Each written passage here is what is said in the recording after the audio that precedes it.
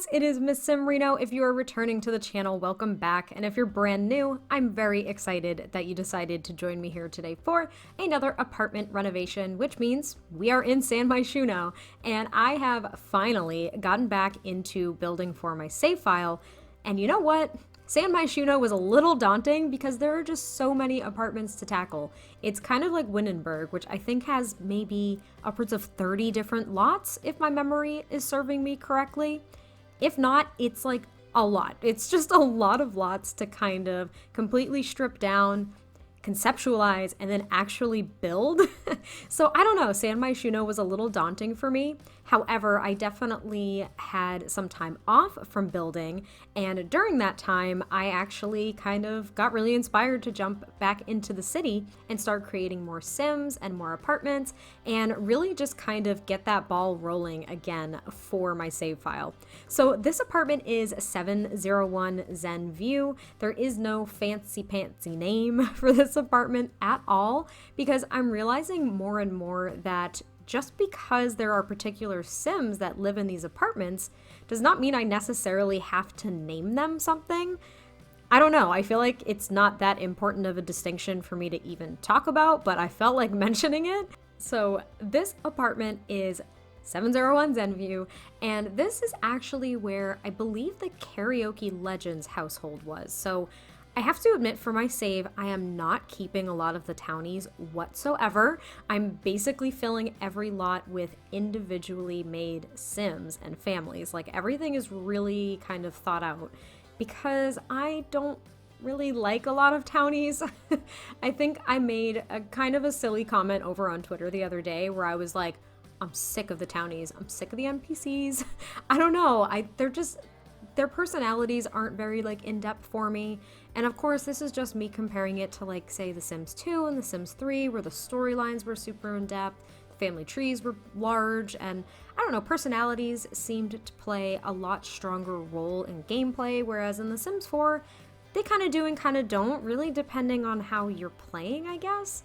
But I don't know, I didn't really like the Karaoke Legends household. I never played with them per se. I wasn't really attracted to them in the sense of like wanting to play with them. I honestly haven't even really checked them out aside from reading their bios and personalities and all that fun stuff. But I don't know, you guys will probably notice that whenever the save is available that a lot of the townies aren't there. I really just kept the ones that I really liked. So the Pancakes family will be there. I believe there might be a family or two in Brindleton Bay that I like. I actually brought in some families from the older iterations of the game, like the Smith family in Strangerville, and I don't know. It's gonna be a really interesting mix of families from like The Sims 4 and families from The Sims 2, maybe a family from The Sims 3, and of course there's like the Goths, right, as an example, who have been in every single Sims iteration thus far. So I don't know. Anyway, this won't be the Karaoke Legends. I was thinking that this apartment was actually one that belonged to a couple, and I was thinking that it was a man and his husband, and that they absolutely put in every single drop of sweat, blood, and tears, whatever you want to think of, into the details in this apartment. So I was thinking that even though you can't own apartments in the game, my thought was that they did purchase this apartment and that they made it something that they absolutely love, and it's totally their own. And I just really liked that idea.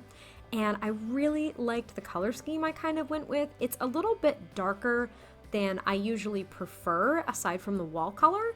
And I haven't used these curtains here in a hot minute, I feel. Like, these are the vintage glamour curtains, I think. I loved using them to kind of frame those mirrors over there near the stairs. And I use them throughout the entire house, so every single window in this build I'm pretty sure has these curtains to kind of keep with that consistency. And now the living room is really where I struggled, because I saw this really cool trick. I wish I could credit the person who I saw do this. I think it was Roxy Sims.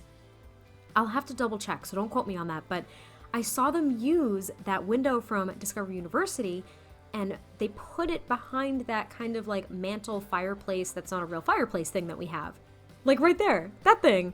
I thought it was the coolest thing in the world. Like, that is such a unique use of that window and this mantle. Like, I never would have thought of this. So I loved the idea, and I really wanted to do that in this home because I felt as though it really just fit the personalities of the Sims that I imagined living here.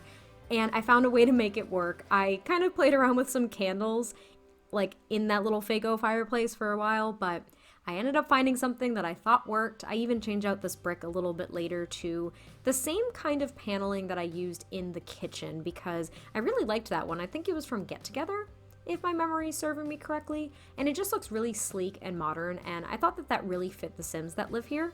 And I also used a fair amount of tiny living furniture as well because there's a really kind of interesting mix of dark colors with lighter accents in this home. So I don't know if it technically all matches. I'll go ahead and say that. I felt like it did. I felt as though it was definitely something that was at least thought out, like there was a color scheme, I suppose, but some things may not match perfectly. And honestly, that might just be me thinking that because I'm crazy about things matching in my own home. And I usually am in The Sims as well, which is why I'm not super duper adventurous with using some items with others. Like, there are definitely some things that I just don't mix. However, I thought there was a fair amount of mixture, I suppose, in this build. As you can see, it's been a long time now since I've done a voiceover, so forgive me. I've actually had builds come out a lot less frequently lately, and I think I mentioned it in my last one as well. This is how, like, maybe not in touch I am with how often I used to do this. Like, there were times that I had a build out every single day, and that was a lot, but I also had a lot of free time. And right now, actually, I don't because I am doing a lot of stuff in my personal life. I'm trying to plan a lot of cool things coming up for myself, but I'm also teaching college courses and work has just been absolutely insane. And now that I think about this, I definitely mentioned it in my previous speed build about 5 days ago, but I want to go ahead and reiterate that that's pretty much what's attributing to the builds being less frequent. But also, I mentioned over on Twitter that I'm actually really enjoying playing the game. So that's really odd because I haven't really sat down and enjoyed playing this game in, I don't know, a long time. Like, I really do. I enjoy the 100 Baby Challenge and the Not So Berry Challenge and my Let's Play. Like, those are really fun. That's cool. But I already have, like, a designated storyline really, like, solidified for, like, my Let's Play. And the 100 Baby Challenge, like, I've got a goal. Like, I'm getting them 100 babies. Like, that's what I'm doing. And then Not So Berry has, like, incremental goals as well. So that's, I don't know, that's easier for me. Like, I guess I need something to strive for when I'm playing a game. And recently, I've really been into my Legacy family. This is the longest time that I have played a family tree ever. Like, in any iteration of The Sims, this is the longest I've done it. I think I'm on generation 6 right now. And compared to some other folks who have gone like 20 generations deep, this is nothing, right? But it's really big for me. Like, I haven't gotten bored of the families yet. I haven't felt like I've been slacking on the storytelling aspect of it for myself and for you guys, because I share all of these screenshots and snippets of the story over on Twitter. So I don't know, I've just really been enjoying playing the game and creating a world for that legacy to actually live in and not feel as though I have to, like, I don't know, fill in all of these gaps and I'm not getting bored with things. I'm really enjoying the characters I'm coming up with and their stories because they're all really unique. And I'm kind of pushing each generation to live in a different world because I wanted to experience all the worlds in different ways. So actually right now, my legacy is in MyShuno, and that's actually where Generation 1 started. So I'm kind of back to the beginning in that sense, but I have some really cool plans for Generation 6 that I'm really excited about. And granted, it's going to be mostly in storytelling, not actual, like, gameplay, unfortunately, because I can't do what I want to do for this sim in-game because it's not possible. So I kind of have to, like, make up the story, which I feel like a lot of people do. So I'm not, I'm not, like, sitting here being like, oh, well, maybe it won't be good, maybe it won't work. Like, I love it, so hopefully you guys enjoy it too. But I've basically talked through the entire build, but I really love that loft. I love it so much. The grand piano, so I was thinking that one of these sims is maybe a musician, so maybe a pianist, and the other sim is actually like a content creator, I suppose. We're gonna go ahead with that title, because the other bedroom that I furnish at the end, because truth be told, I forgot about it after I move on to the patio, which I do after this bathroom. But yeah, I think he's like a content creator, or he's like a trendsetter. Like he follows fashion trends and stuff like that. So maybe he's like a social media influencer. I don't really know exactly what he does quite yet. I haven't actually made these Sims yet, but I really liked the idea of these two coming together and being so passionate about their different crafts and what they produce. So I thought they were a really good match, and I'm excited to kind of, I don't know, think a little bit more about who they are, even deeper, like on a deeper level than that, maybe how they found one another and what their goals are in life, because that's how I fully shape my Sims. And here we are out on the patio. I used our 20th birthday gift, you guys. I used it. I used that freaking hot tub. If you can't tell, I was a little surprised that this is what we got to celebrate 20 years of The Sims. Huge franchise, huge accomplishment, and we get a hot tub. I never use hot tubs, so I figured I should maybe use this one and celebrate a little bit. As you can see, I'm a little bit skeptical. I'm a little bit judgy that this was the big celebration for the 20th anniversary. However, in all sincerity, I know that The Sims 4 has a lot coming. I know that this team works extraordinarily hard on this game, and I love this game. Like, I love it.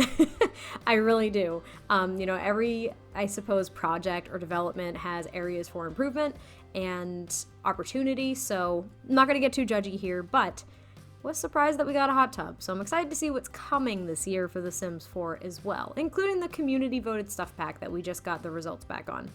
Again, a little surprised by the results, but excited to see what the final product looks like. And anyway, we are in the other little, I guess it's not really a bedroom, it's more of like an office, but that's where I put that kind of like recording station there, and then I put the trend setting board as well. I don't keep it on this wall, I put it on the wall behind the desk itself, because I thought that that fit better, and I basically made kind of like a gallery wall with a bunch of different photos and kind of like pieces of artwork and stuff like that, and wall decorations, and I thought it came together really nicely. I did kind of go with this dark gray, black kind of theme, and I also put some tokens to, you know, the other Sim that lives here and their interest in music. So, you know, maybe they both use this office in some way, but I thought it was really cute, and I really liked how it came out. It fit perfectly, and I don't know, I just like the look of this entire build because it's so sophisticated looking, I guess you could say.